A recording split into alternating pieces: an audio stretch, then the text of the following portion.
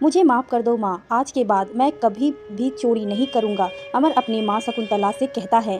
शकुंतला कहती हैं, सिर्फ चोरी नहीं बल्कि प्रतिज्ञा कर ले, आज के बाद से तू कभी भी मुझसे झूठ नहीं बोलेगा, कोई ऐसी बात नहीं करेगा जिससे मुझे दुख पहुँचे और हमेशा एक सच्चा देशभक्त बनेगा।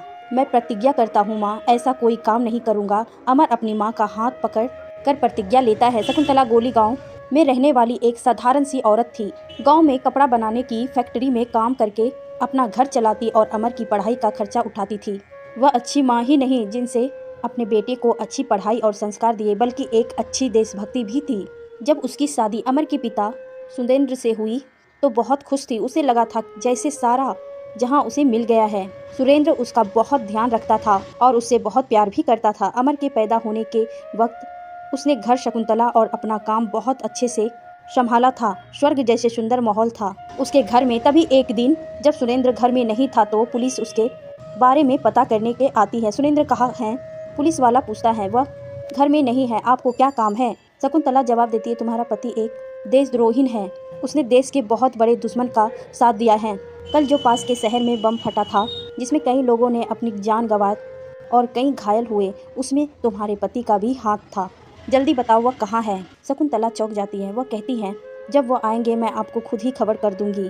सुरेंद्र के घर पे ना मिलने पर पुलिस उस वक्त वहाँ से चल जाती है। कुछ देर बाद जब सुरेंद्र वापस लौटता है तभी पुलिस उसे घर दबोच लेती है। शकुंतला के सामने सुरेंद्र अपना गुनाह कबूल कर लेता है। मुझे माफ़ कर दो शकुंतला, मैंने पैसे की खातिर यह काम किया, मैं बुरा आदमी नहीं हूँ, उतना बड़ा हादसा होगा मुझे नहीं पता था। शकुंतला मौन रहती है, वह कुछ कह नहीं पाती और पुलिस उसके सामने ही सुरेंद्र को पकड़ कर ले जाती है। उसके बाद से शकुंतला सुरेंद्र की शक्ल भी नहीं देखी थी। पता चला था कि कुछ साल बाद वह जेल से छूट गया था, लेकिन ना तो वह घर आया और ना ही शकुंतला ने पता करने की कोशिश की थी। आज जब अमर ने पहली बार चोरी करी तो वह डर गई थी कि अमर कहीं अपने पिता के नक्शों कदम पर ना चलने लगे। अमर बढ़ती उम्र का बच्चा था, वह ज़्यादा बड़ा नहीं था, पर बचपन से उसने अपनी माँ को मेहनत करते देखा था, इसीलिए अपनी उम्र से वह कहीं ज़्यादा समझदार बच्चा था। एक दिन अमर देर रात को अपने कमरे में बैठा पढ़ रहा था। कुछ दिनों बाद उसके इम्तिहान शुरू होने वाले थे। शकुंतला दूसरे कमरे में सो रही थी। अमर को लगा उसकी खिड़की के पास कोई है। वह थोड़ा डर जरूर गया था, पर उसने फिर भी टॉर्च की मदद से बाहर जाकर देखा तो वह चौंक गया। बाहर उसके पिता जख्मी हालत में दीवार के सहारे खड़े थे। अमर ने दरवाज़ा खोला और उनको अंदर आने में मदद करी। उसने अपने पिता को आराम से चारपाई पर लिटाया और उनके लिए पानी लेने गया। पहले तो उसने सोचा कि माँ को उठाता हूँ, पर वह डर गया कि माँ ना जाने कैसी प्रतिक्रिया करेगी, कहीं वह पिताजी के इलाज को मना ना करके पुलिस को ही न बुला ले।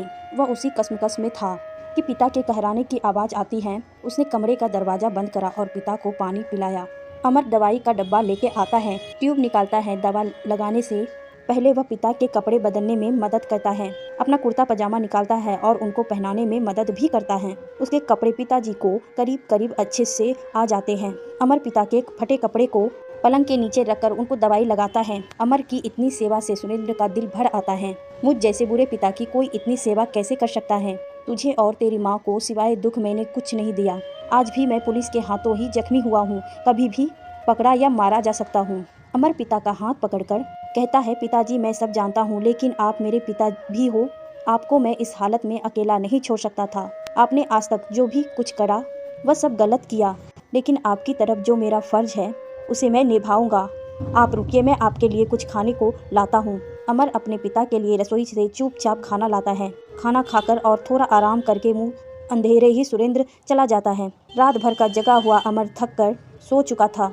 जब उठता है तो उसको अपने पिता वहाँ नहीं दिखते।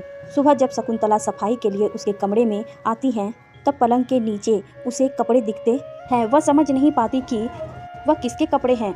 वह सोचती है जब अमर स्कूल से आएगा तब पूछूंगी। स्कूल से आते ही माँ के कुछ कहने से पहले ही अमर उसको सारी बात सच सच बता देता है। शकुंतला सुनकर अशब्द रह जाती है। वह अमर से कुछ नहीं कहती और चुपचाप अपने काम में लग जाती हैं। एक तरफ तो उसकी माँ यह सोचकर दुखी था कि उसके बेटे ने उसे झूठ बोला था, लेकिन दूसरी तरफ यह सोचकर मन में सुकून भी था कि अमर ने एक अच्छे बेटे होने का फर्ज निभाया था।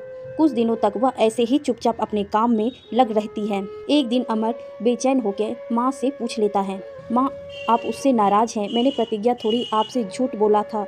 मैं तो बस एक अच्छे बेटे का फ़र्ज पूरा कर रहा था। एक पिता की तरफ आपसे सच छुपाया, झूठ बोला और अपनी प्रतिज्ञा तोड़ी। मुझे जो चाहे सज़ा दो माँ, पर मुझसे बात करो।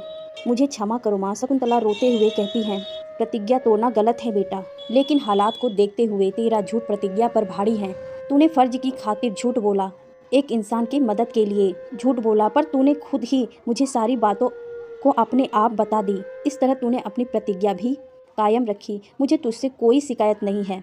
कुछ दिन बाद शकुंतला और अमर को कहीं से खबर मिलती है कि पुलिस के साथ मुठभेड़ में सुविंद्र की मौत हो जाती है।